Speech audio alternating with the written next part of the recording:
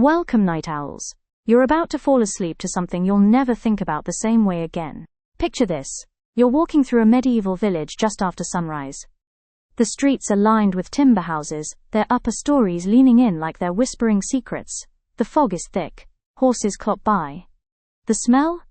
Oh, it's indescribable. A pungent mix of wood smoke, sweat, rotting food, human waste, and something worse.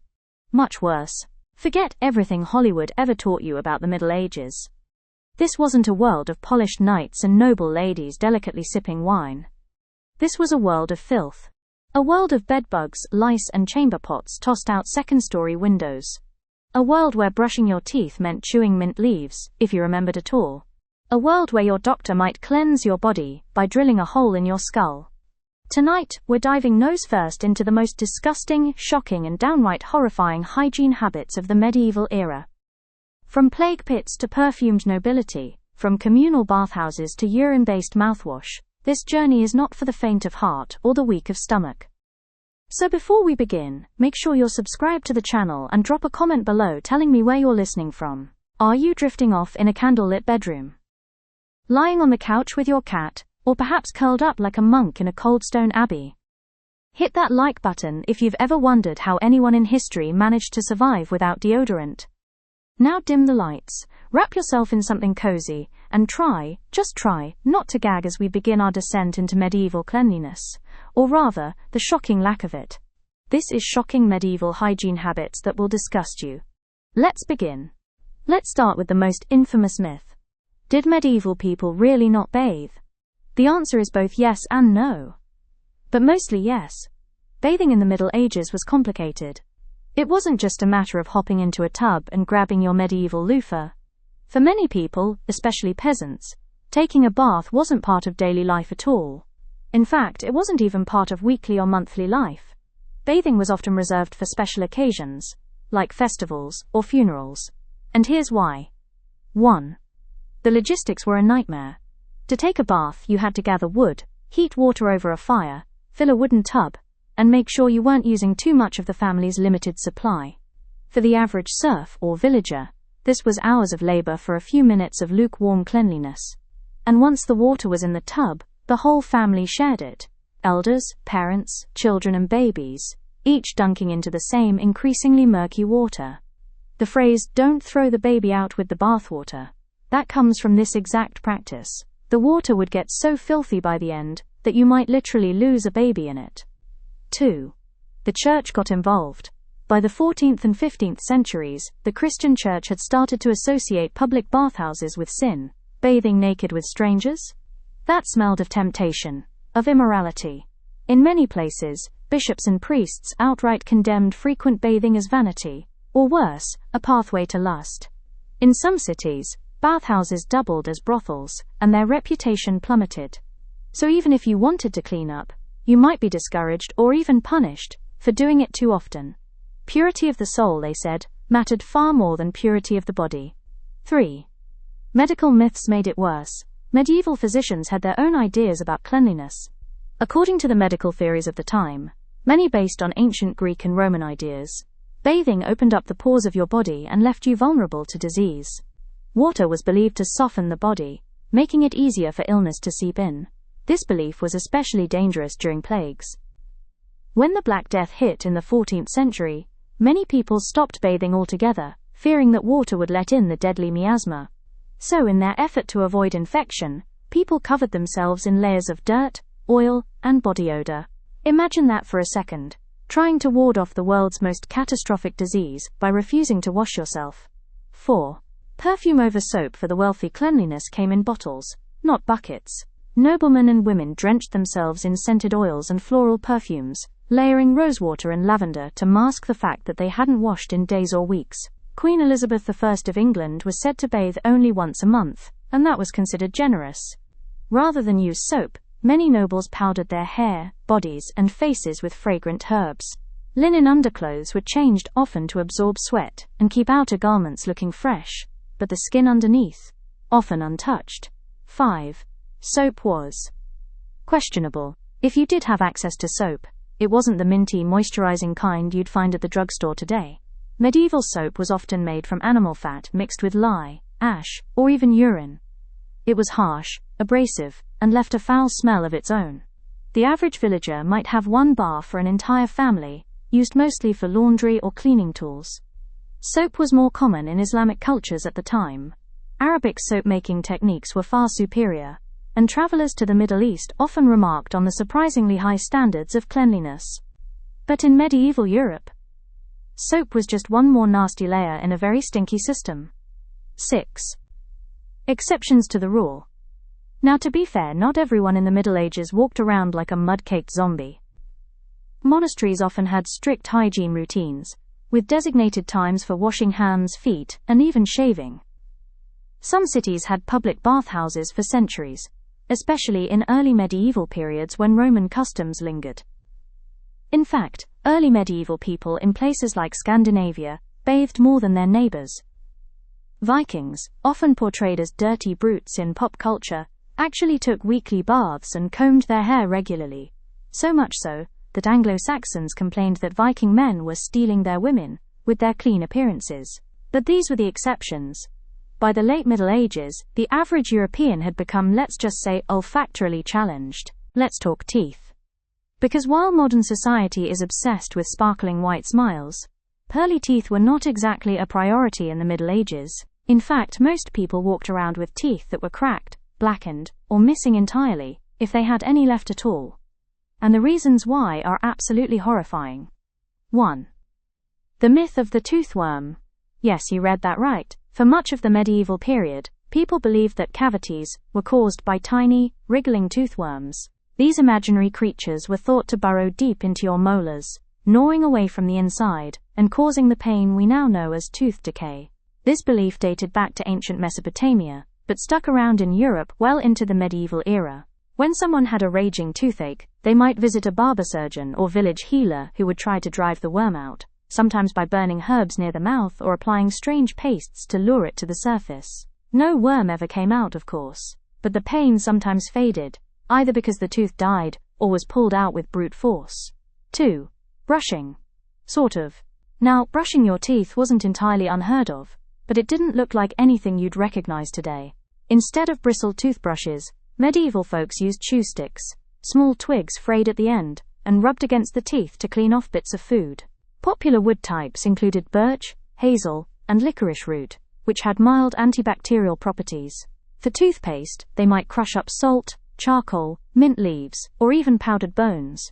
And if you were really fancy, you could rinse your mouth with wine, vinegar, or, you guessed it, urine. Yes, human urine. It was believed to whiten teeth and kill bacteria. The ammonia in it might have had some mild cleansing effect, but, well, you can imagine how that tasted. 3. The breath of a dragon. If you think medieval people had bad teeth, imagine what their breath smelled like. With very little dental hygiene, most mouths were a battleground of rot, decay, and disease. Food frequently got lodged between teeth, and without floss or brushing, it would fester and ferment for days. Combine that with gum infections and dead teeth, and it's no wonder that halitosis, chronic bad breath, was rampant. In fact, bad breath was often seen as a spiritual failing. Some monks described it as a, quote, stench of the soul, especially among sinners or the damned. It was both a medical concern and a moral judgment. 4. Dentistry by torture. So what happened if your toothache got so bad you couldn't ignore it? Simple. You had it yanked out.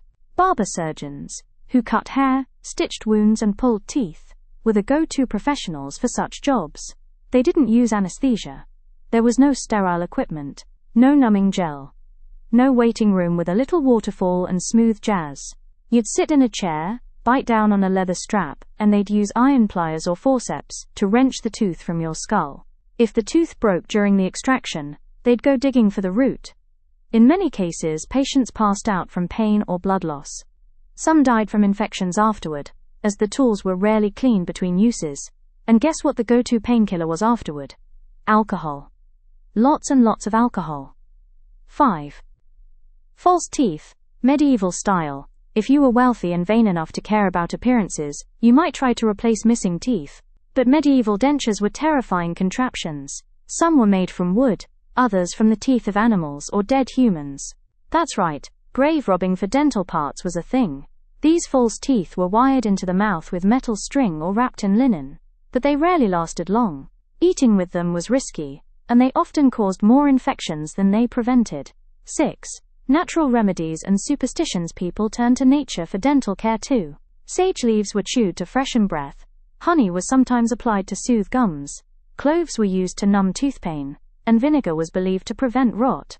But for many, tooth problems were considered divine punishment, a sign you had sinned, or that evil spirits were dwelling in your mouth. Priests offered prayers for healing, and some believed that certain saints could cure dental pain if you prayed hard enough. Saint Apollonia, for instance, became the patron saint of dentistry after she was tortured by having her teeth pulled out during martyrdom. People prayed to her for relief from toothaches, instead of, flossing. 7. A grim acceptance. By the late medieval period, most people, peasants and nobles alike, just accepted that dental health would deteriorate over time. Children started losing teeth early, adults had mouths full of decay by middle age, and the elderly often relied on soft foods or soup, as they had very few teeth left, if any. There were no orthodontists, no fluoride, no dental insurance, just pain, infection, and resignation. 8. An accidental advantage? Strangely, one factor did work in medieval people's favor: the lack of sugar. Before the import of cane sugar and the rise of sugary diets in the 17th century, most medieval diets were low in refined sugar. This meant fewer cavities than we might expect, though the lack of hygiene still caused gum disease and tooth loss. Once sugar became widespread, however, dental decay skyrocketed, even among the nobility. Queen Elizabeth I, for example, was known to have blackened, rotting teeth in her later years, and she loved candied fruits. So in a strange twist of fate, medieval people weren't necessarily worse off because of what they ate. They were worse off because of everything else. From toothworms to urine mouthwash, dental hygiene in the Middle Ages was equal parts disgusting and horrifying. And yet, things are about to get even worse. Next up, we're going lower. Much lower. Let's talk about where all that medieval food and filth ended up. Because if you thought brushing with bones and bathing once a year was bad, wait until you see how people went to the bathroom in the Middle Ages. The truth? Medieval toilets weren't just unhygienic, they were downright dangerous.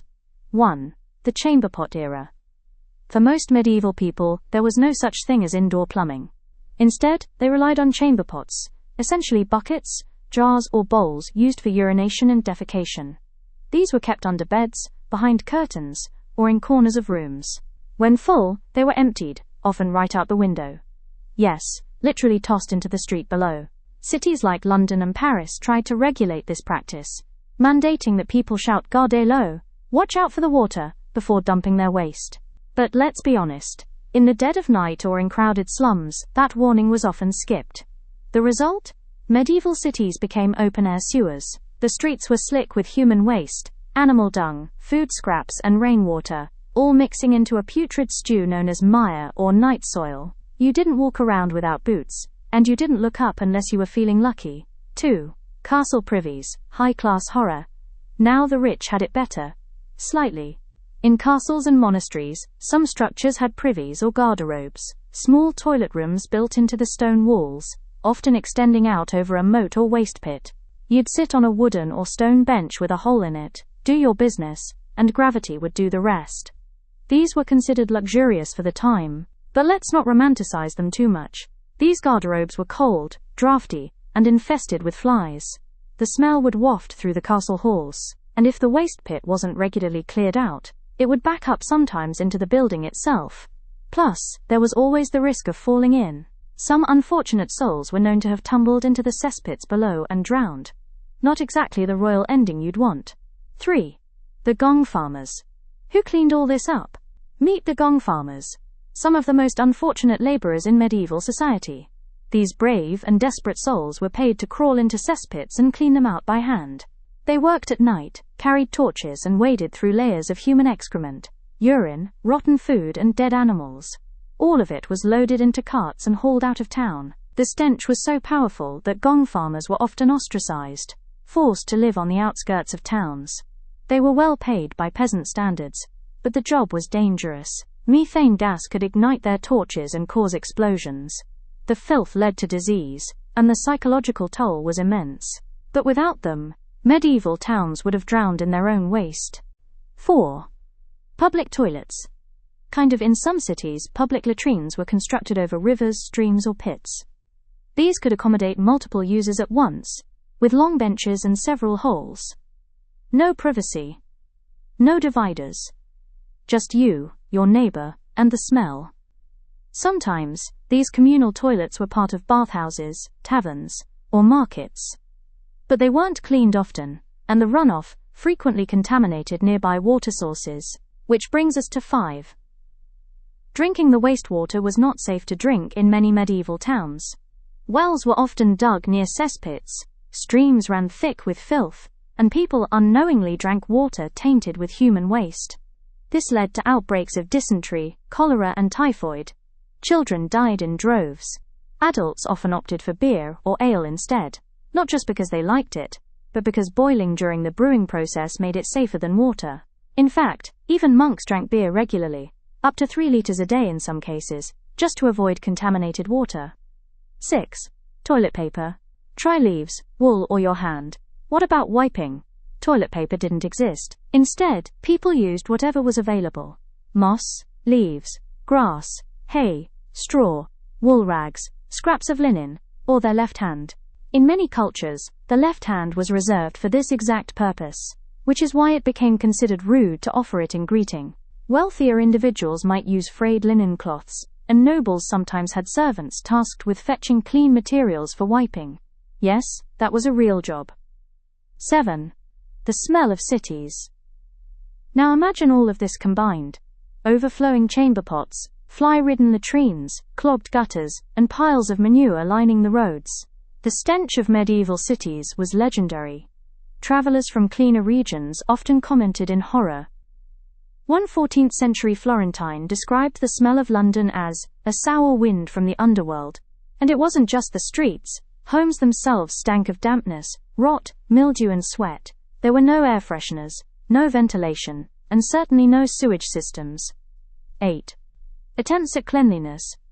To be fair, there were attempts to manage the filth. Cities hired rakers to shovel muck from the streets. Ordinances were passed, banning people from dumping waste into certain rivers. Public fountains were built to give people access to cleaner water. But it was a losing battle. With no understanding of germ theory, medieval people didn't realize that all this filth was contributing to disease. They blamed illness on bad air, divine punishment, or curses, not on the fact that they were living ankle-deep in feces. 9. Nighttime dangers. At night things got even worse. Without streetlights, people used chamber pots indoors, but in cramped tenements, rats and bugs thrived in the darkness, feeding on human waste. The poor sometimes relieved themselves in the corners of shared spaces. And in some towns, walking outside after dark meant stepping directly into the results of someone else's midnight release. If you were lucky, you carried a lantern and a stick. If not, you just prayed you didn't slip on the cobblestones. 10. How did anyone survive this? It's a fair question. Between the contaminated water, open sewage, and general lack of sanitation, it's honestly amazing that anyone made it past childhood. But humans are resilient. Over time, some developed stronger immune systems. Others relied on fermented foods, herbal remedies, or sheer luck. Still, life expectancy was brutally low, and much of that can be traced back to the sheer filth of everyday medieval life. Imagine going to bed and knowing, without a doubt, that you are not alone. Not in the spiritual sense, literally. Your bed is crawling with life, and not the kind you want to cuddle with. In the medieval world, lice, fleas, and bedbugs weren't just common. They were constant companions. 1. The itch that never stopped. Most people, rich or poor, lived in conditions perfect for parasites. Clothes weren't washed often, hair was rarely cleaned. Beds were made of straw, wool, or hay, and were never sterilized. Blankets and cloaks doubled as year-round garments and breeding grounds. Lice burrowed into scalps. Fleas hopped freely between family members. Bedbugs lived in mattress seams, waiting until nightfall to feed. Scratching was a daily activity. People carried wooden or ivory lice combs to scrape out their scalps in public. Some noble women even had jeweled combs that looked decorative, but were secretly tools of delousing. It wasn't a question of if you had bugs. It was how many. 2. Fleas and the plague. Fleas didn't just itch. They killed. During the Black Death, Fleas were the primary carriers of the deadly Yersinia pestis bacteria. They lived on the backs of rats, biting them and then transferring the disease to humans. One infected flea could launch an epidemic. And flea infestations were rampant. With no insecticides and homes built of porous wood and straw, fleas found endless places to thrive. People slept alongside animals, increasing the chances of bites. Once fleas entered a home, they were nearly impossible to remove. In some monasteries, fleas were so common that monks joked about them as the lesser brothers. Charming, right? 3. Bedbugs in the bedroom. Bedbugs were just as vile. They lived in wooden bed frames, stuffed mattresses, and piles of cloth. At night, they emerged to feed on sleeping humans, leaving behind red welts and streaks of blood. People sometimes sprinkled beds with ashes, mint, or sulfur, in an attempt to drive them away. Others placed pots of boiling water beneath the frame, hoping the steam would smoke them out. Still, bedbugs were a fact of life. You woke up itchy, you went to bed itchy, and sometimes, you were literally eaten alive in your sleep. 4. The battle against lice. Lice weren't picky. They fed on kings and peasants alike. Royalty might wear elaborate wigs, but beneath them? A writhing jungle of lice and nits. To fight them, people used oils, vinegar, or mixtures of garlic and wine. Some smeared butter or goose fat into their hair, and wrapped their heads for hours to smother the bugs. Others shaved their heads entirely, hiding baldness with caps or hoods. Monks often had tonsures, not just for religious reasons, but because less hair meant fewer places for lice to hide. Still, lice were so accepted that some people treated them like pets. Children gave them nicknames. Adults joked about them in plays and stories. It was gross, but normalized. 5. Vermin in the clothing. Clothes were rarely washed. Outer garments were brushed, not laundered. Undergarments might be rinsed weekly, but drying them was a challenge in cold or damp weather. This meant lice lived in the seams of shirts, the folds of cloaks, and the fibers of socks. People regularly found them crawling on their skin. Flea bites turned to infected sores, and the constant itching caused open wounds, many of which became entry points for infection. To deal with this, some people boiled their clothes or left them in sunlight for days, but these methods were only available to the wealthier classes. Peasants? They wore their infested garments until they literally fell apart. 6. Rats and their roommates. If you thought it ended with bugs, think again. Medieval homes were teeming with rats and mice, especially in cities. They gnawed through food stores, nested in walls, and spread disease. Cats were the primary line of defense, but even they couldn't keep up. Rats brought fleas, fleas brought plague, and all of them brought misery. In some wealthier homes, small dogs were trained to hunt rats indoors. In others, families just learned to live with the scurrying sounds beneath their floorboards. 7. Hair care. Not exactly hair care in the medieval period was more about survival than style. For women, long hair was common, but rarely brushed clean. Oily scalps and lice made combing painful. Men often kept shorter cuts, especially among laborers or soldiers.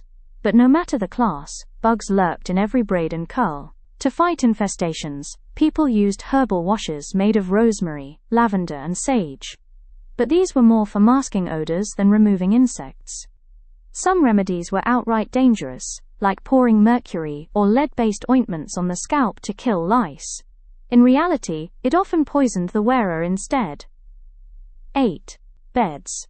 A living ecosystem. Medieval beds were built from wood and stuffed with hay, straw, feathers, or wool. They weren't sealed or sanitized. Over time, they collected dirt, mold, urine, blood, and bugs. Some families shared beds, increasing the spread of infestations. In poorer homes, multiple generations slept in the same straw pile. You didn't need to catch lice, you were born into it. Beds were occasionally aired out by lifting mattresses into the sun or beating them with sticks. But without linen covers or proper cleaning tools, most beds were simply living biohazards. 9. The itching never stopped. Medieval people itched constantly. Itching was so common it appeared in literature, jokes, and religious texts. People scratched themselves with combs, sticks, or their nails, and they did it everywhere. In church, at the dinner table, during meetings with royalty. It wasn't considered impolite, it was just life. And for many, the constant itching, scratching, and bleeding led to secondary infections, many of which could turn deadly without proper treatment. 10. Did anyone ever get rid of them? Not really. Unless you had access to clean clothes, fresh water and regular herbal washes, infestations always returned. Even the most diligent nobleman might wake up with flea bites after a night in his featherbed. It wasn't until the Renaissance, and later, the development of microscopes and germ theory, that people began to truly understand the connection between parasites and disease. Until then, bugs were simply accepted as part of the medieval human experience. From lice crawling through wigs to fleas spreading pandemics, the people of the Middle Ages didn't just fear infestations, they lived with them, night and day. And as gross as that was, it's about to get even worse. If you got sick in the Middle Ages, and sooner or later you absolutely would, your options for treatment were grim, painful, filthy, and often deadlier than the illness itself. Forget modern medicine. There were no antibiotics, no anesthesia, no germ theory. Medieval doctors relied on superstition, trial and error, and ancient texts written centuries earlier. And the results? A horror show of bloodletting, leeching, and other revolting remedies that would make even the most iron-stomached cringe. 1. The four humours, a deadly theory, at the core of medieval medicine, was the belief in the four humours: blood, phlegm, black bile, and yellow bile. According to this theory, sickness occurred when these fluids were out of balance. Feeling sluggish, too much phlegm, angry or feverish, too much yellow bile, depressed, that's excess black bile. And nearly every illness was treated by manipulating one humour above all, blood. Which leads us to the infamous practice of bloodletting, the cure for everything. For centuries, bloodletting was the go-to solution for nearly every ailment. Headache? Bleed it out. Fever? Bleed it out. Toothache, epilepsy, smallpox, bad dreams. More blood. Patients were cut with sharp knives or lancets, often on the forearm or ankle. The blood was collected in bowls until the physician felt enough had been removed. Sometimes, they used cupping, placing heated glass cups on the skin to draw blood to the surface before slicing it open. It was messy, painful, and shockingly common. People frequently fainted from blood loss, some died. Yet physicians continued this practice for centuries, believing they were restoring balance, not draining life. 3.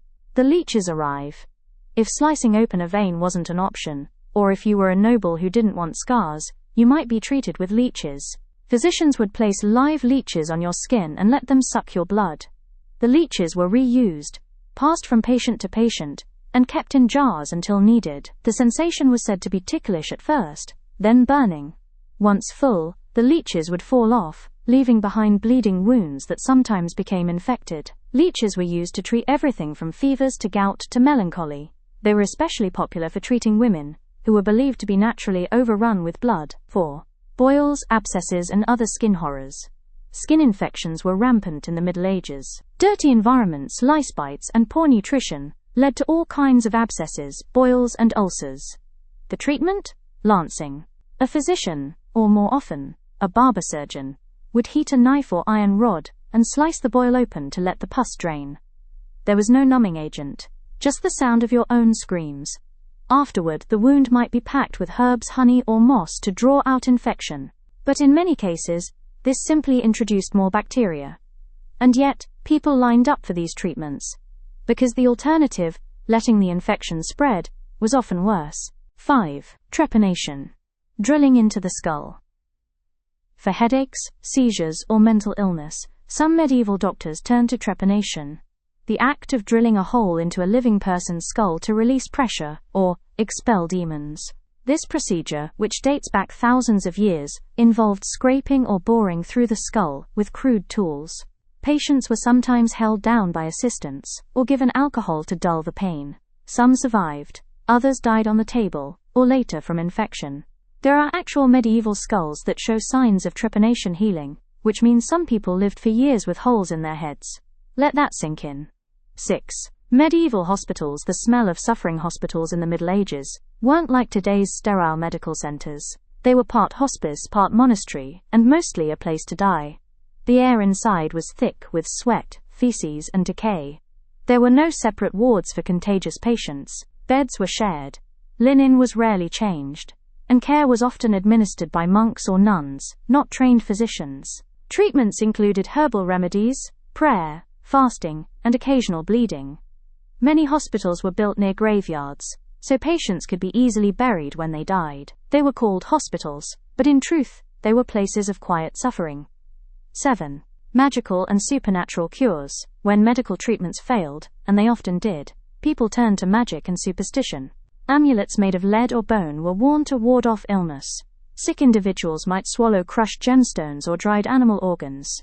Witch doctors and cunning folk offered potions brewed from frogs, snakes, or human hair. Some people believed diseases were sent by demons or angry spirits. Exorcisms were conducted. Holy water was sprinkled.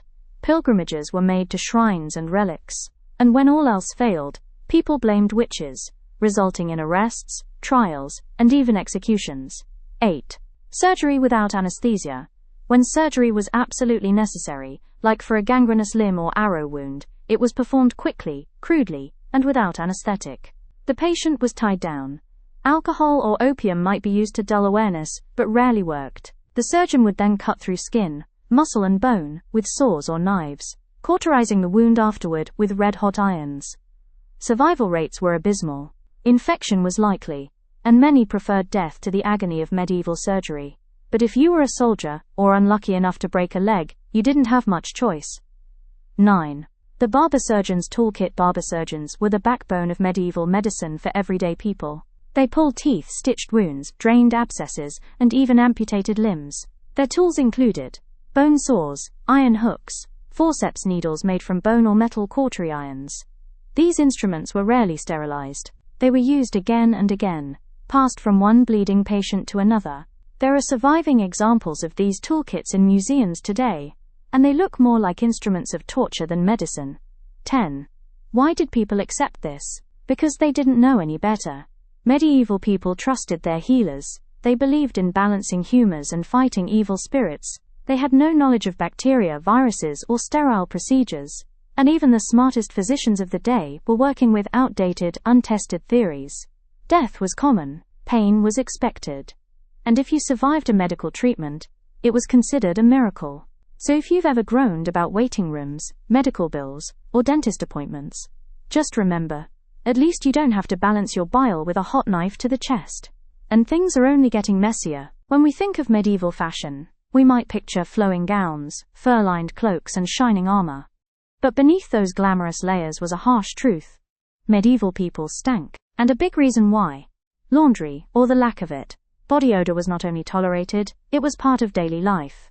Because for most people in the Middle Ages, washing your clothes and undergarments wasn't a priority. It was a chore, a luxury, or simply impossible. Let's peel back the layers, literally, and explore the filth woven into the very fabric of medieval society. 1. The layers beneath the glamour. Medieval clothing was worn in layers, but those layers weren't meant to be removed daily. In fact, most people wore the same outfit for days, or weeks, on end. Typical clothing included linen undergarments, often referred to as a chemise for women, or a shirt for men. This was the layer closest to the skin and absorbed sweat and oils. Woolen outer garments, gowns, tunics, or cloaks made from heavy, often unwashed wool, hose or leggings, for warmth and modesty. Head coverings, hoods, coifs, or wimples that protected the hair and trapped odor. The linen undergarments were, in theory, supposed to be changed and washed more often. But in practice, most people only owned 1 or 2 sets. 2. Washing clothes was a major ordeal. Doing laundry wasn't as simple as tossing clothes in a machine. First, you had to fetch water, often from a communal well or stream, and carry it home. Then you'd build a fire to heat it. Soap was made from animal fat and lye, a harsh and smelly mixture. There were no basins or sinks, so garments were beaten with sticks or scrubbed on rocks. For tougher stains or smells, medieval women used urine, yes, human urine, as a cleaning agent. It acted as a bleaching and degreasing agent, especially for linen. This process was time-consuming, physically exhausting, and often done in cold weather. Most people didn't bother until their clothes were visibly filthy or completely unbearable. 3. Drying wasn't easy either. After washing, clothes had to be dried, and with no dryers or clean indoor spaces, this usually meant hanging them outside. In winter, clothes would freeze before they dried. In cities, they might be stolen off lines or re-soiled by airborne filth. And if the weather turned, you could end up sleeping in damp garments for days. Because of this, many people avoided washing outer garments altogether, especially heavy wool cloaks or gowns. They were simply brushed off and hung to air out between uses. 4. Underwear. To wear or not to wear. The concept of modern underwear didn't exist. Most men wore a linen shirt and braize, loose-fitting shorts or trousers tied at the waist. Women wore a long linen chemise under their gowns. But these underlayers were often reused for days or even weeks without washing. In some regions and social classes, people didn't wear undergarments at all, especially the poor. The cost of linen was high, and replacing it was a luxury. During menstruation, women used rags, moss, or nothing at all, depending on what was available. Menstrual hygiene was private, difficult, and poorly understood. So the next time you think you're having a rough laundry day, imagine going months without a fresh pair of socks. 5. Shoes and feet. A filthy foundation. Feet didn't get much love either. Medieval shoes were often made of leather or cloth, with little to no padding or waterproofing. In wet or muddy conditions, which was most of the time, feet stayed damp, cold, and dirty. Socks existed, but were expensive, and often reused endlessly without washing. People rarely cleaned their feet unless preparing for a religious ritual, or unless they were monks, who sometimes incorporated foot washing into spiritual routines. This neglect led to fungal infections, ulcers, and gangrene in extreme cases. Yet most people just lived with the discomfort. 6. How did people handle body odor? The short answer: they didn't, at least not effectively. With limited bathing, unwashed clothes, and layers of sweat-soaked linen, body odor was inevitable. But rather than eliminate it, people tried to mask it. Perfume sachets were worn around the neck, or sewn into garments. Clothes were infused with herbs like rosemary, lavender, or sage. Wealthy people dabbed scented oils behind their ears, or on their sleeves. Some carried pomanders, metal or wooden balls filled with fragrant spices. But for most people, daily life was a stew of sweat, smoke, mildew, and manure, with very little relief. 7. Clothing and class. Clean clothing became a symbol of status. The rich had servants to do their laundry, and more changes of clothes. They could afford imported soaps, private wash basins, and heated water. They wore furs and silks, which didn't require as much washing but trapped smells like sponges. The poor? They wore hand-me-downs, patched garments, and flea-ridden wool. A laborer's tunic might be worn every day for an entire season, stained with sweat, soil, and food. This created a sharp divide. To the upper class, cleanliness became a social signal. If you were clean, you were important. If you stank, well, you belonged in the fields. 8.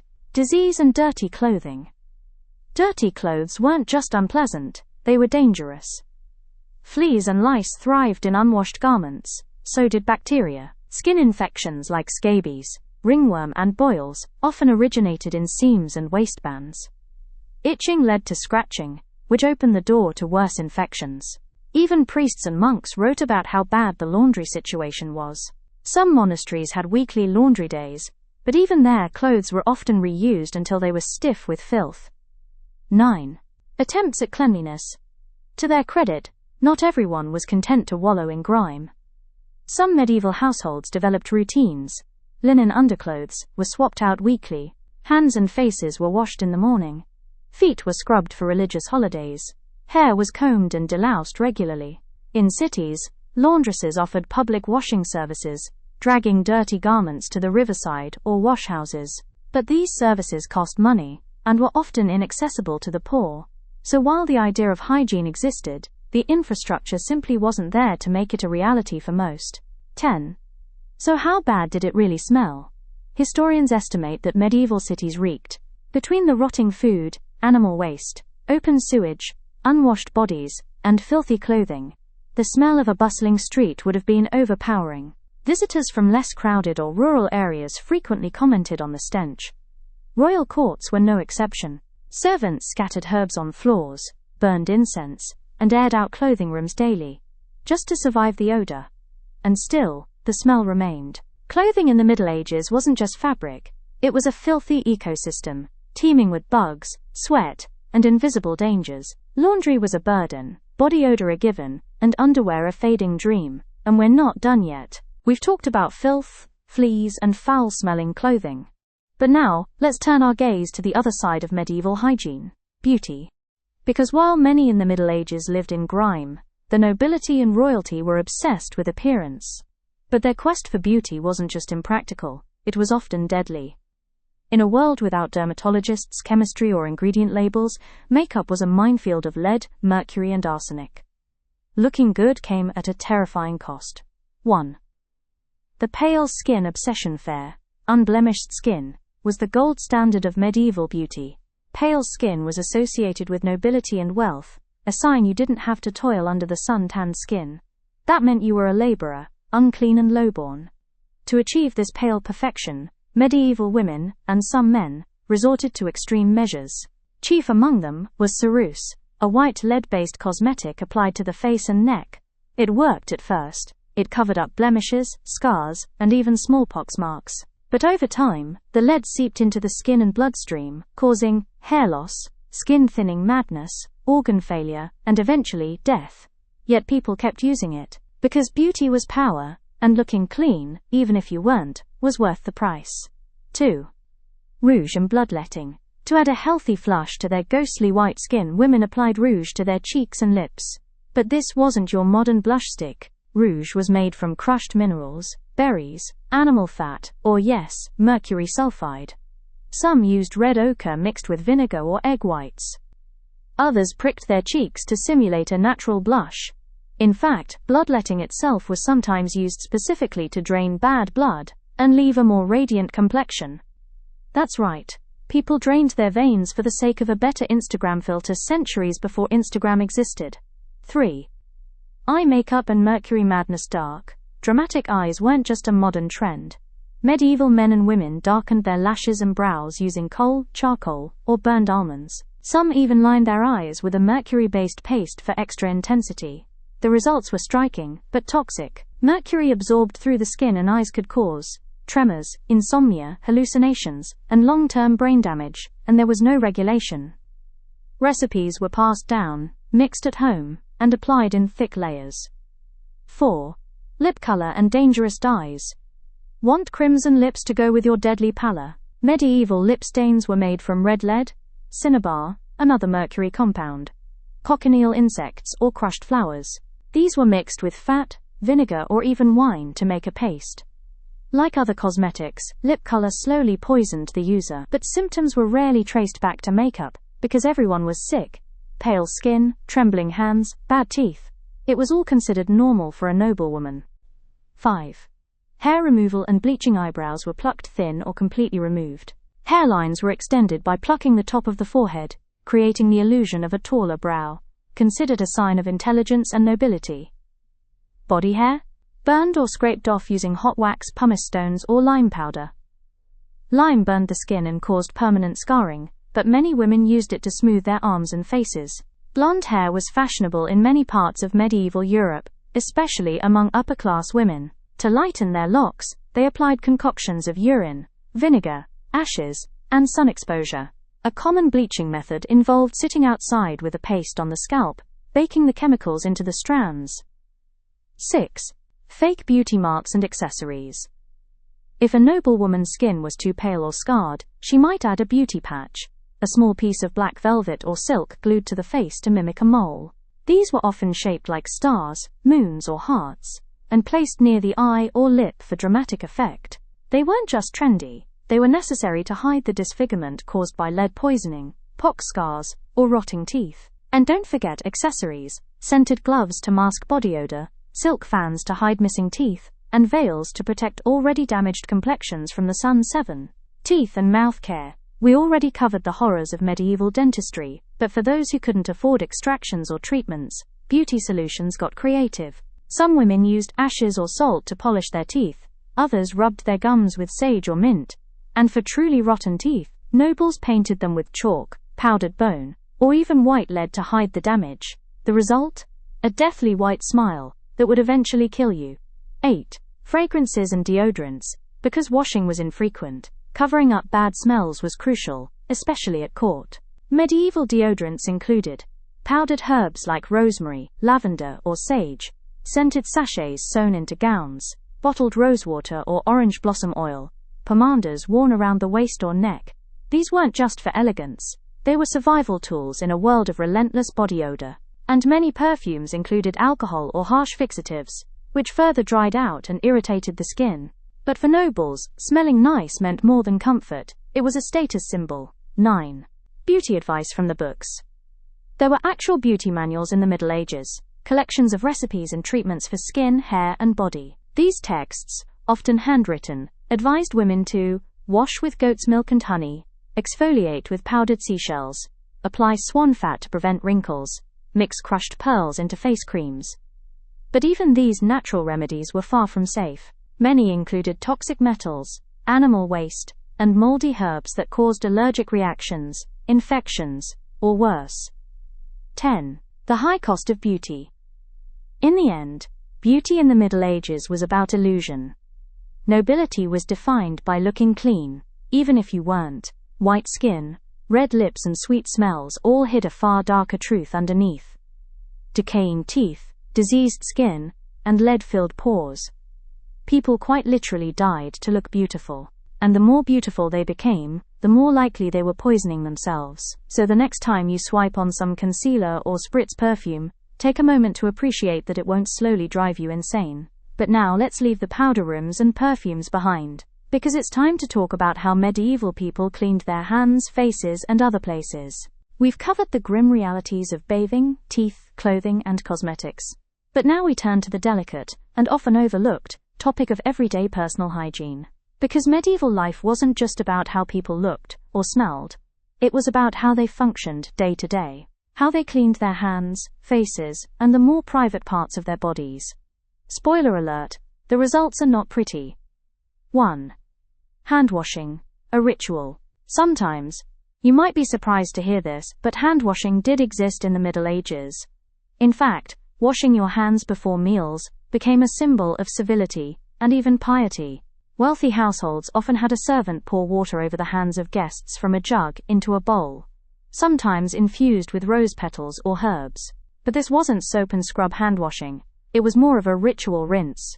No soap, no scrubbing under the nails, no removing grime, just a quick splash and a linen towel. Among the poor, hand washing was rarer. Most peasants wiped their hands on aprons, tunics, or even their legs, after using the toilet or chamber pot. No washing. In fact, the connection between dirty hands and disease wouldn't be widely understood until the 19th century. 2. Facial hygiene. Only the surface washing one's face was more common, especially for women. It was considered important to keep the face soft and presentable, even if the rest of the body was filthy. Many used a cloth soaked in rosewater, vinegar, or wine to wipe the skin. Others used crushed herbs mixed with milk or egg whites as a kind of facial mask. But acne, warts, and pockmarks were common, especially in adulthood. Without knowledge of bacteria or proper skincare, most people just accepted blemished skin as part of life. And exfoliation, that might involve ground nutshells, sand, or even stale bread. 3. Ear cleaning. Medieval style. Yes, people cleaned their ears, sort of. We have records of medieval people using twigs, feathers, or carved bone picks to remove earwax. In wealthier homes, ear spoons were sometimes made of silver and worn as pendants. There were even superstitions around earwax. Some believed that excessive buildup meant you were harboring evil spirits or bad humors. No antiseptic, no Q-tips, just a pointed stick and a steady hand. 4. Nose hygiene and the art of the sleeve. There were no tissues in medieval Europe. Blowing one's nose often meant using a cloth, or more commonly, the sleeve of your tunic.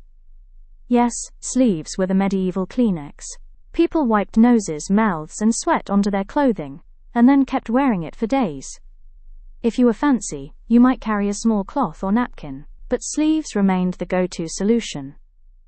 Runny noses, sniffles, and phlegm were constant companions, especially in cold, damp climates, and most people didn't see them as anything unusual. 5. Ear, nose, and throat problems. With no solutions. If you had a sore throat, tonsillitis, or sinus infection, treatments were medieval improvisations. You might gargle with vinegar, brine, or boiled herbs. You might inhale smoke from burning sage, or drink a potion made of wine and garlic. But without modern antibiotics, infections often lingered for weeks, sometimes spreading and becoming fatal. Coughing, spitting, and hacking up phlegm in public were considered normal. People carried spitting pots or simply spat on the floor. In churches, courts, and homes alike, puddles of saliva were part of the scenery. 6. The unspoken zone. Intimate hygiene.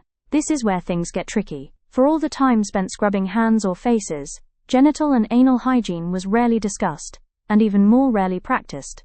Toilet paper didn't exist. As mentioned in earlier chapters, wiping was done with leaves, straw, wool, rags, or, often, bare hands.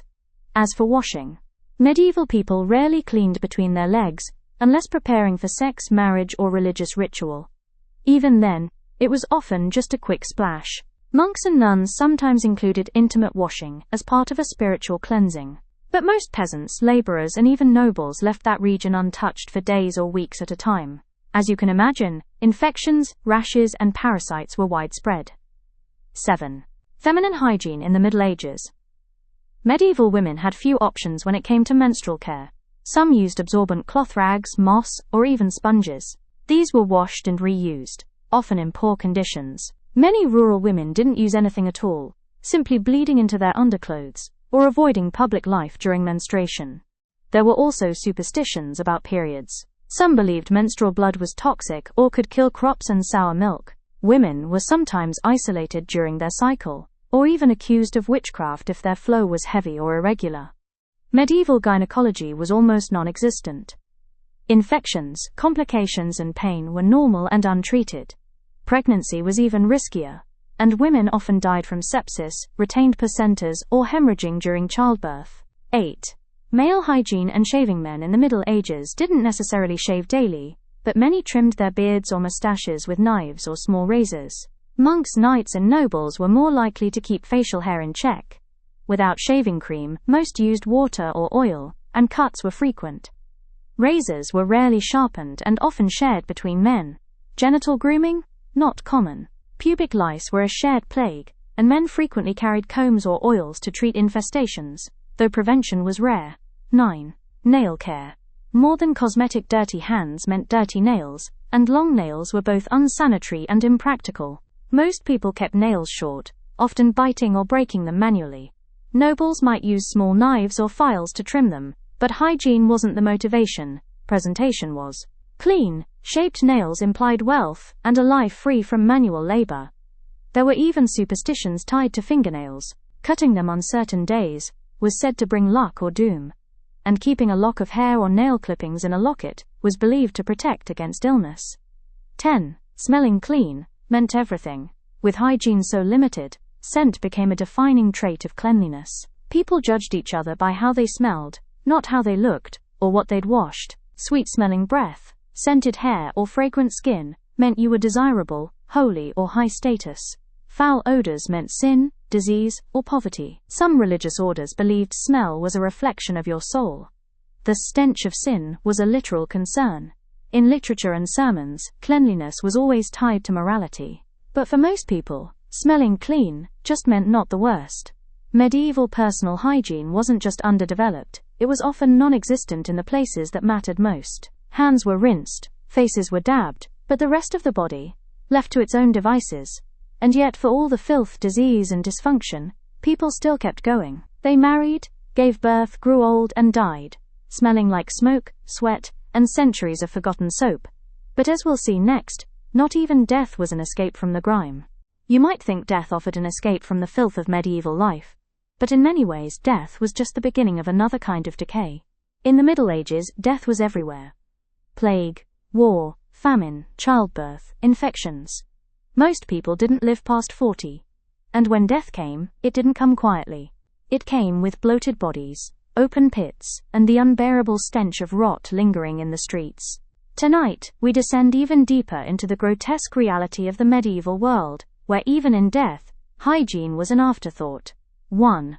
The dead were always nearby. In medieval towns and villages, people lived right next to their dead. Churches often had graveyards surrounding them, and in crowded cities, homes backed directly onto burial grounds. Tombs were crammed so tightly that new bodies were often buried in shallow graves above older ones. It wasn't unusual to see bones sticking out of the ground after a heavy rain. Dogs dug them up. Children played near them. No one thought twice. The dead were part of everyday life, and so was the smell. 2. Mass graves and plague pits. During pandemics like the Black Death, individual burials became impossible. The bodies came faster than the priests could pray. Cities dug massive plague pits, enormous trenches into which hundreds or even thousands of corpses were dumped. These pits were rarely lined or treated. Lime might be scattered to reduce the smell, but it didn't help much. Bodies were often thrown in without coffins, stacked in layers left partially exposed in hot weather. The stench was overpowering. People reported being sickened by the air around plague pits. Some believed just smelling the rot could infect you, and in some cases, they weren't wrong. The bacteria from decomposing bodies spread through contaminated water and contact. 3. The art of decomposition. Without embalming, corpses rotted quickly. Within a day or two, bodies would swell with gas, turn black, and emit foul-smelling fluids. Maggots and flies arrived by the thousands. In crowded homes, there wasn't always time or space to remove the dead right away. Families sometimes slept next to their deceased loved ones for a day or more, especially in winter, while waiting for burial arrangements. Some even traveled with corpses to distant cemeteries. As the body bloated, it hissed, popped, and leaked. Death was not quiet. It was audible and visible. 4. Poor burials and public exposure. Not everyone got buried. The very poor, beggars, vagrants, and the excommunicated were often left unburied or dumped in open fields outside town walls. Some were burned in trash heaps. Others were eaten by dogs, rats, and scavenger birds. During war or famine, entire villages could perish, their corpses left in the open for weeks. The air became thick with the metallic scent of blood and the sour stench of decay. Disease followed. There are written accounts of townspeople wearing masks soaked in vinegar just to pass near the dead. The miasma, they believed, could kill. 5. Grave robbing and desecration. Graveyards weren't peaceful places. They were looted constantly, for jewelry, clothing, bones, even the wood from coffins. Some people dug up graves looking for valuables. Others stole teeth, which were sold to the wealthy for false dentures. In some cases, body parts were harvested for superstitious remedies. Powdered human skull, known as mumia, was believed to cure headaches. Fat from corpses was used in salves. Even the hands of executed criminals were preserved as magical talismans. In short, the dead were rarely allowed to rest in peace. 6. The church and the odor of holiness. Inside churches, important figures were buried beneath the floor. Bishops, nobles, and wealthy patrons rested in tombs sealed under tiles and slabs. But these weren't always airtight. Accounts survive of churches filled with the smell of rotting flesh, especially during hot summers. One traveler described attending Mass in a cathedral, where the floor literally oozed from the decomposing corpses below. Ironically, some believed the stench of a corpse was a sign of sin, while others believed the absence of odor indicated a holy life. The smell of sanctity, or the smell of sin, was part of religious doctrine. 7. Memento mori and corpse imagery. The constant presence of death birthed a morbid art style. Memento mori, Latin, for remember you must die. Paintings, carvings, and stained glass windows showed rotting corpses, skeletons, and worms crawling through the faces of once beautiful nobles. These images weren't just reminders of mortality, they were medieval horror posters, warning viewers about the fragility of life and the consequences of sin. Some monasteries kept decaying bodies in plain view as spiritual reminders. Others commissioned sculptures of their dead selves, half living, half rotted, to remind future generations of their humility. Even fashion echoed this obsession. Jewelry made with bone, death masks and rings inscribed with phrases like, "As I am now, so shall you be." 8. Death rituals. Without cleanliness, funeral rites were deeply important, but they weren't sanitary. Mourners often kissed the corpse or lay hands on it, especially in wealthy families. Some even shared a bed with the deceased before burial, believing it honored the soul. Clergy administered last rites, drank and ate in the presence of the dead, and sometimes used the same chalices afterward, unwashed. There were no gloves, no face masks, and no sterilization. The spread of disease during funerals was rampant, but no one understood why. 9. Medieval ghost stories and the fear of the unburied. People feared the wandering dead, souls trapped because they were improperly buried or died in sin. Stories tell of corpses rising from their graves, dripping with decay, to terrorize the living. These revenants were said to moan, wail, and stink of the grave. To prevent this, some bodies were buried face down, staked through the heart, or chained inside their coffins. Others had stones placed in their mouths to keep them from speaking or biting. Fear of decomposition, and the smell of death, became a supernatural terror, not just a medical one. 10. Death was not the end of filth. In the medieval world, death didn't wash you clean. It added another layer to the filth of life. Decomposition happened in homes, in the streets, in churches. Burial didn't mean peace, it meant proximity to more rot. And the fear of what happened to your body after death, whether it bloated, burst, or was stolen, haunted people as much as the dying itself. There were no embalming tables, no funeral homes, no sealed caskets, just linen, dirt, lime, and prayers. And that ever-present smell. But if you think the Middle Ages were disgusting above ground, wait until we take a look at what was happening in the kitchens and dining halls. Because up next is a chapter about the stuff you actually put in your mouth, often without knowing what was already living in it. If you think medieval hygiene was bad, just wait until you see the state of their food. Because in the Middle Ages, what you ate wasn't just risky, it could kill you. From meat crawling with maggots to bread laced with poisonous mold, medieval meals were often a gamble. Add in dirty kitchens, unwashed hands, and water tainted with sewage, and every bite was a potential brush with death. 1. Kitchens were chaos. Forget your modern spotless kitchen counters. Medieval cooking spaces were dark, smoky, and filthy. Hearths were the heart of the home, but they weren't designed for hygiene. Meat dripped onto soot-covered stones. Dogs roamed freely, stealing scraps and leaving fleas behind. Rats scurried across floors in search of grain, leaving droppings everywhere. There were no refrigerators. Meat was stored in barrels of salt, hung from rafters or buried underground. But in warm weather, even salted meat could spoil, becoming slimy, rancid, and teeming with maggots. And people ate it anyway. 2. The problem with bread was the medieval staple, but it wasn't the fluffy golden loaf you're imagining. Most bread was dark, heavy, and filled with grit. Because millstones used to grind flour, often shed small bits of stone, every bite slowly wore down your teeth. By middle age, many people's teeth were filed flat from years of eating stone-speckled bread. Worse, bad harvests meant bread could be made from whatever was available, including peas, beans, or acorns. During famines, bakers mixed in sawdust or straw just to bulk up loaves. And the biggest danger? Ergot.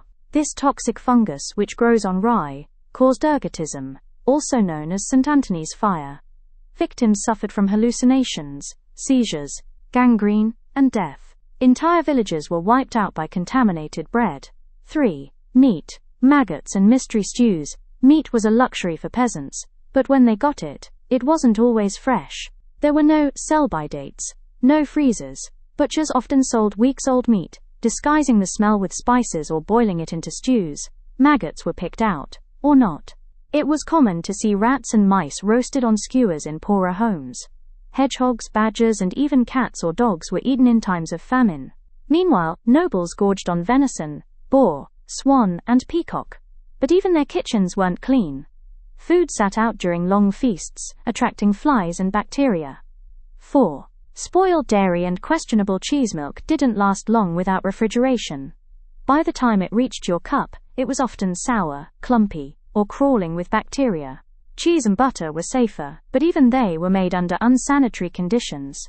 Cheese could harbor mold, insects, or worms. Butter was often yellowed and rancid. But as with meat, people just ate it. Hunger trumped hygiene. 5. Drinking sewage. We've already mentioned how dangerous medieval water was. Wells were often contaminated with human and animal waste, especially in crowded cities. To avoid this, most people drank ale or beer, not because they wanted to get drunk, but because the brewing process boiled the water and made it safer. Children drank weak ale, while adults consumed several liters of stronger brew every day. Wine was common among the wealthy, but it often spoiled, turning into vinegar-like sludge unless heavily spiced. 6.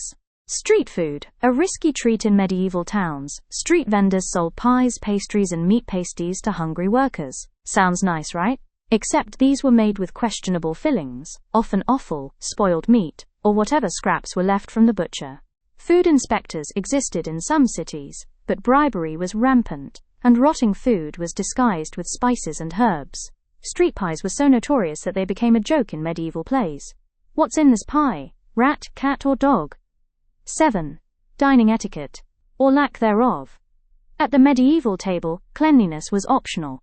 There were no forks until the late Middle Ages. People ate with their hands, knives, or spoons, often licking their fingers clean and dipping them right back into shared dishes. Napkins weren't common. Diners wiped greasy hands on tablecloths, bread crusts, or their own clothing. Plates were rare for commoners. Instead, they ate from trenchers. Stale bread used as a plate, which soaked up grease and sauces. Once it became too soggy, it was thrown to the dogs, or eaten. 8. The danger of spices. Spices were a status symbol. Pepper, cinnamon, cloves, and saffron were imported at great cost. But some merchants cut their spices with toxic powders like lead to increase weight and profits. Lead and mercury poisoning were silent killers in the kitchens of the wealthy. While peasants died from hunger and contaminated water, nobles died from their own fancy food. 9. Famine and desperation. When harvests failed, and they often did, food scarcity led to horrifying extremes. There are documented cases of people eating bark, grass, shoe leather, or worse. In some of the worst famines of the 14th century, rumors of cannibalism circulated through Europe. Peasants starved while nobles hoarded grain. Bread riots broke out in towns, and some people were executed for stealing loaves. Hunger was as constant as the stink of unwashed bodies. 10. Parasites in every bite. Finally, even when food looked clean, it wasn't. Fruits and vegetables were often eaten raw, straight from fields fertilized with human waste. Meat was undercooked. Fish was left out in the sun. And without refrigeration, parasites like tapeworms, roundworms, and flukes were common. People regularly passed worms several feet long. Children were especially vulnerable. And many suffered from bloated bellies due to chronic parasitic infections. The medieval diet was as much about survival as it was about flavor. Every meal was a gamble. Every bite could mean sickness, parasites, or death. But the filth didn't stop at the dinner table. It followed people to the streets, markets, and public spaces, where life was just as dirty as the food. If you've made it this far, you already know that medieval hygiene was practically non-existent in homes, kitchens, and even royal courts. But the real horror, it lay in the streets. Medieval towns weren't just dirty, they were biohazard zones, teeming with human waste, dead animals, rotting food, and more rats than you can imagine. Walking through a city wasn't just a daily commute, it was an obstacle course of filth, disease, and despair. So hold your nose, and let's step into the reeking heart of medieval urban life. 1. Streets were open sewers. Let's start with the most nauseating fact: there were no sewers. At least, not in the way we think of them today. Instead, most medieval cities had open gutters running down the middle of the street, known as kennels. These shallow ditches were supposed to carry rainwater and waste away, but in reality they filled with everything. Human excrement from chamber pots, animal dung, rotten food scraps, dead rats and cats, blood from butchers and slaughterhouses, and all of it sat there, festering in the sun. The smell? Indescribable. Visitors from other parts of the world were often shocked and disgusted by the constant stench. 2. Garbage everywhere. There were no trash collectors, no scheduled pickups. People simply threw their garbage into the streets. Everyday refuse like bones, broken pottery, ash, and dirty water was tossed out of windows, doorways, or directly into gutters. Entire streets became piles of decomposing matter, crawling with flies and rats. City authorities occasionally ordered street cleanings, but these were rare, and mostly in wealthy districts or during major festivals. Otherwise, the filth piled up, sometimes knee-deep. 3. The animal problem. Livestock roamed freely in most towns. Chickens, pigs, goats, and even cows walked the same streets as people, leaving droppings behind them, and sometimes dropping dead in the process. It wasn't unusual to step over a bloated animal carcass, lying in the road for days before someone removed it. Even worse, butchers often worked in the open, hacking apart animals right next to food vendors, and letting the blood and entrails flow into the street. You'd have to be careful not to slip, or worse. 4. The rat empire. Rats ruled the medieval city. With no sanitation and an endless buffet of food scraps, rats multiplied in every alley, attic, and gutter. They scurried through homes, climbed walls, and even nested in bedding. Their fleas carried the bubonic plague, making every bite potentially fatal. But people didn't understand this connection, and few even tried to reduce rat populations. Cats helped, but not enough. Rats were so common that some townsfolk named them, or kept a tally of how many they saw each day. It wasn't a question of if you saw a rat. It was how many. 5. Public toilets or lack thereof. We've talked about chamber pots, but in the street, the options were worse. Some towns had public latrines, essentially outhouses over pits or rivers. But these were often filthy, overcrowded, and rarely maintained. So most people simply relieved themselves in alleys, behind walls, or directly into gutters. It was common to walk past a man urinating against a building, or step into a puddle that definitely wasn't rainwater. And at night, streets became giant toilets. 6. Rain made it worse. During heavy rain, the filth of the street didn't go away. It flowed. Kennels overflowed, washing excrement, blood, and garbage through town like a brown river of doom. Lower streets were flooded with waste. Homes at the bottom of hills became cesspools. Children played in the water. So did dogs. And sometimes, so did the rats. It was disgusting and dangerous. But people had no choice. They lived in it. They worked in it. They waded through it every day. 7. Markets and moldy meat markets were held in open squares, where vendors sold meat, cheese, bread, fish, and vegetables, all without refrigeration, shade, or sanitation. Flies swarmed raw meat hanging from hooks. Fish sat on tables in the sun. Vegetables were rinsed in contaminated water. Cheese sweated. Milk curdled. And none of it was thrown away, unless it was completely inedible. Some vendors doctored their food with ashes, salt, or herbs to mask rot. Others simply hoped customers were too hungry to notice. Eating street food wasn't just a treat, it was a risk. 8. The constant smell. We can't overstate this. Medieval cities stank. The mix of rotting meat, open sewage, unwashed bodies, animal dung, and mold created a wall of odor that hit you the moment you arrived. People tried to fight it. Scented herbs scattered on floors, incense burned in homes and churches, pomanders worn around the neck, perfumes made from flowers, vinegar, and spices, but nothing worked for long. The air itself was thick and sour, heavy with centuries of decay. 9. Attempts at cleanliness. To be fair, not everyone accepted the filth. Some cities appointed rakers or scavengers to clean the streets, especially before religious festivals or royal visits. Laws were passed banning certain waste dumping practices. Fines were issued for public defecation.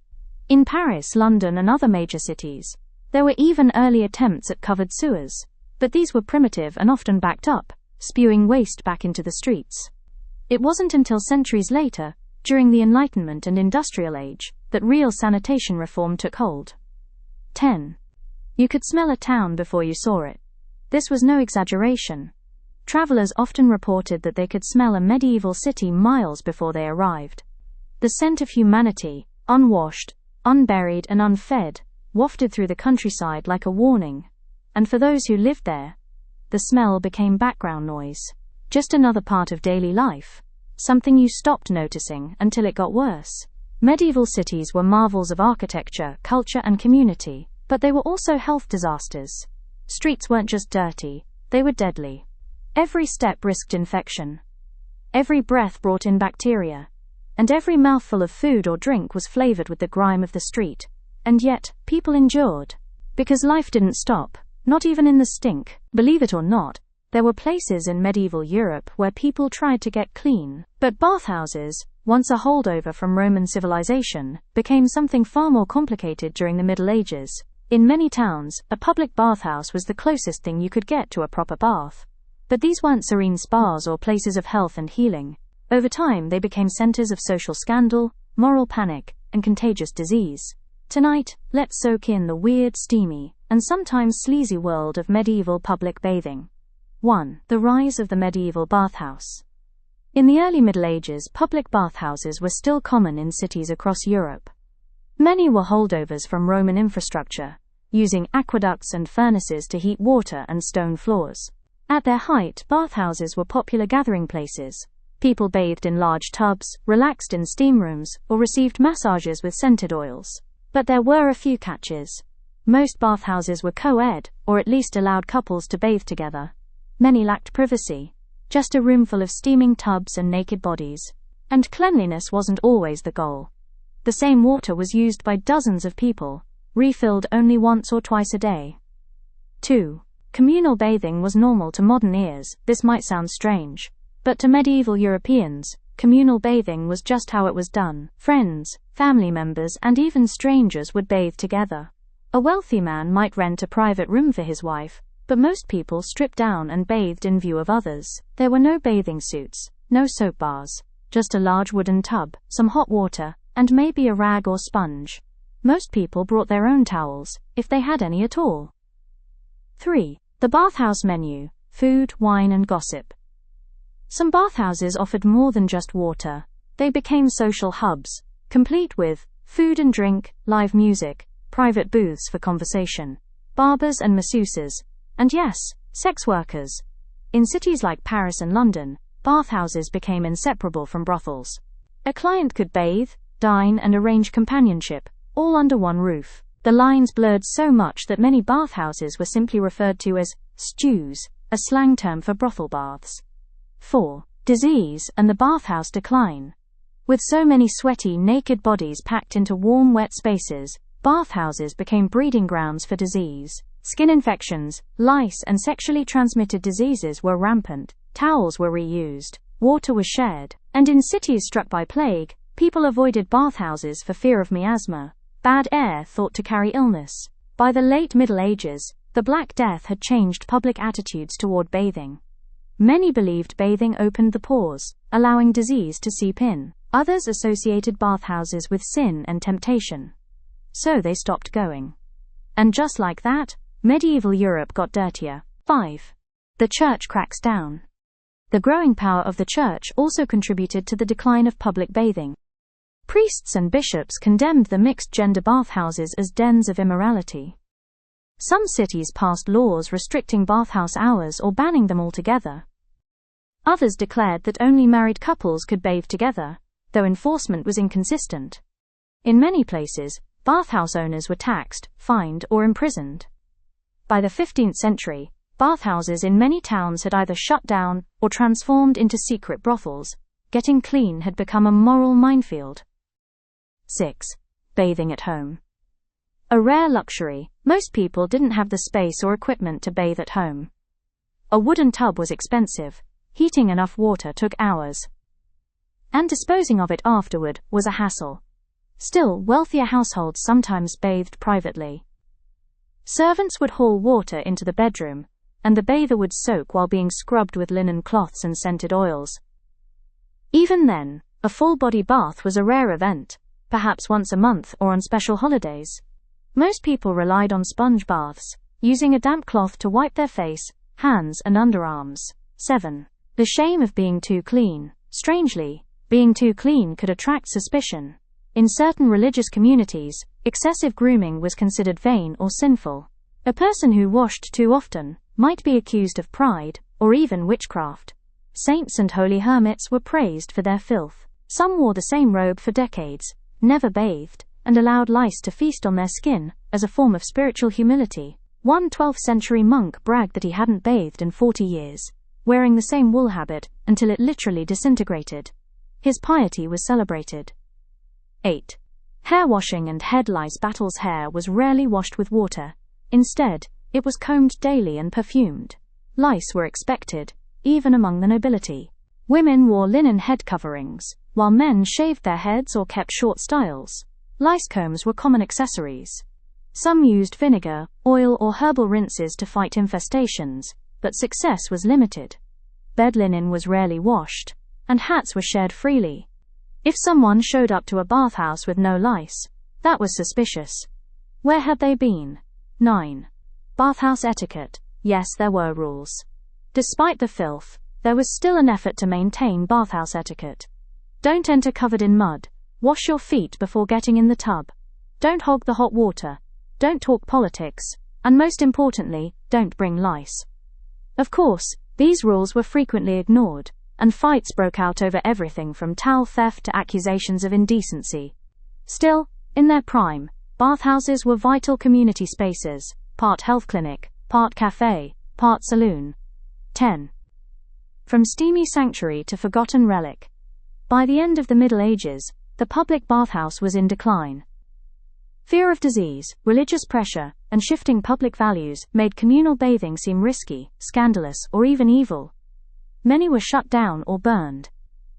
Others survived only as underground brothels, their original purpose forgotten. And with their fall, so too fell much of the habit of bathing. Europe wouldn't truly embrace regular washing again until the Renaissance. And even then, it would take centuries. Bathhouses were once a cornerstone of cleanliness. But in medieval Europe, they became a symbol of everything dirty, both physically and morally. And once they disappeared, the stink settled in, for good. But next, we'll turn our attention to the opposite of public bathing, those rare individuals who embraced filth on purpose, as a sign of faith, humility, or defiance. By now, you've journeyed through the medieval world with eyes wide open, and nostrils, hopefully, tightly shut. You've walked the mud-choked alleys where chamber pots rained from windows and children played beside plague pits. You've endured a night in a straw bed alive with lice, woken up to rotting food in the kitchen, and rinsed your hands in water shared by a dozen others. You've stood in the shadow of cathedrals that smelled of death and knelt beside saints who hadn't bathed in decades. It's enough to make you grateful for every drop of hot water you've ever taken for granted. But now, as we bring this grim and gritty journey to a close, let's take a step back from the stench and ask, why does this matter? What does medieval hygiene, so revolting, so far removed from our own lives, really tell us about history, about humanity, and maybe, about ourselves? Let's sit with it. Just for a bit longer. 1. Hygiene was a mirror of belief. One of the most astonishing realizations in all of this is how medieval hygiene habits weren't just about access to soap or lack of running water. They were shaped by a worldview, by beliefs. To the medieval mind, dirt wasn't always bad. In fact, sometimes it was holy. To be covered in lice, to suffer boils without complaint, to renounce baths, perfumes, and the vanity of fresh clothes. These were signs of humility, not horror. For monks, saints, and holy women, filth was a spiritual test, a way to shed worldly concerns and prove devotion. Even physical illness was often seen as divine punishment, not biological misfortune. Why wash your hands if your suffering is meant to cleanse the soul? So in a strange way, medieval hygiene tells us more than just people were dirty. It tells us what they feared, what they believed, what they thought the body meant, and how it should be treated. And that's profound. 2. The line between clean and unclean wasn't what you think. Today, we equate cleanliness with health, responsibility, and self-respect. But for most of the medieval period, that connection simply didn't exist. Bathing wasn't linked to disease prevention. Soap was rare, and even when people washed, they reused water, shared towels, and dunked in the same filth they were trying to escape. Instead, clean and unclean were defined by moral and social boundaries. A nobleman in perfumed robes and a lice-ridden wig was clean. A peasant woman who labored in the fields but washed in the river was unclean. A holy man who hadn't bathed in 20 years could be celebrated. A prostitute who rinsed in rosewater was condemned. These contradictions remind us that cleanliness isn't just biological, it's cultural. Every society draws its own lines. And in the Middle Ages, those lines were drawn with incense, vinegar, and prayer, not disinfectant. 3. People did the best they could. It's tempting to laugh, or cringe, at medieval hygiene. To scoff at the chamber pots and the toothworms, the lice combs and urine-based mouthwashes. But if we really sit with it, we begin to understand something deeper. They were trying. People scrubbed themselves with mint leaves, they combed lice from their children's hair. They boiled their clothes, they spread herbs in their shoes, burned lavender in their homes, and stitched fragrant flowers into their collars. They hauled water for hours just to rinse their hands before supper. They sat in freezing bathhouses. They wore talismans against toothache. They whispered prayers over wounds they didn't know how to treat. They did what they could, with what little they had, in a world that made it almost impossible to stay clean. That's not disgusting. That's human. 4. Hygiene was political. Who had the luxury of soap? Who had servants to haul warm water? Who had scented oils, silk towels, and 4 fresh gowns a week? The rich. Cleanliness, as it turns out, was not just personal, it was political. The ability to wash, to change clothes, to avoid lice or boil your drinking water was a marker of status. And that meant the poor were often seen as inherently dirty, not because of anything they did, but because of what they couldn't do. We see echoes of that today, don't we? How hygiene can still be used to shame, to exclude, or to define someone's worth. The medieval world didn't invent that problem, but it certainly helped ingrain it. 5. Death was the great equalizer, and yet no amount of soap could save you from the plague. No perfume could hide the stench of the grave. Whether you were a king in a palace or a child in a cottage, when death came it didn't care how clean you were. In death, even the wealthiest were reduced to rot, to stench, to decay, and the same worms that chewed through the bodies of plague victims came for bishops and queens too. This is perhaps the most humbling truth of all. For all the layers of silk and etiquette and ritual, medieval hygiene reminds us that beneath it all, were fragile biological beings trying to survive. 6. Hygiene didn't disappear, it changed. Despite what we imagine, the Middle Ages weren't entirely devoid of hygiene. There were attempts at sanitation. People washed, even if only partially. Cities hired street cleaners. Monasteries had hand-washing rules. Some communities had public baths, laundry routines, or even basic sewage systems. Yes, these systems failed often. Yes, disease was rampant. But that doesn't mean people were ignorant, just that the tools they had weren't enough. And slowly, over time, things changed. The Renaissance brought back Roman ideas about bathing. The Enlightenment introduced new medical theories. Soap making became an industry. Cities began building modern plumbing. Science replaced superstition. And humanity, inch by inch, got cleaner. 7. And yet, are we really so different? You might be thinking, thank goodness we're not like that anymore. But think about it. In many parts of the world today, access to clean water is still limited. Disease still spreads through poor sanitation.